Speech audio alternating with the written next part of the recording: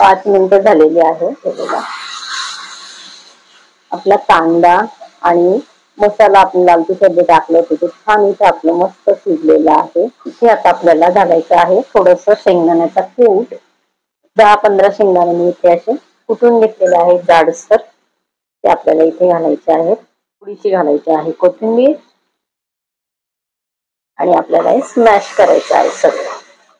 हे घोसाळी आपली अशी सर्व लगेच नरम होऊन जाते. जेवढं मॅश करता येईल आपल्याला तेवढं आपल्याला इथे करायचं. सर्व साहित्य स्मॅश करून आणि एकजीव असं जेवढं होईल तेवढं त्याला चव छान येते. कारण आपल्याला तेल नाहीये त्यामुळे या पद्धतीने मिडियम गॅसवरती आपल्याला हे छान शिजवून घेतल्यानंतर एकदम छान वास सुटलेला आहे.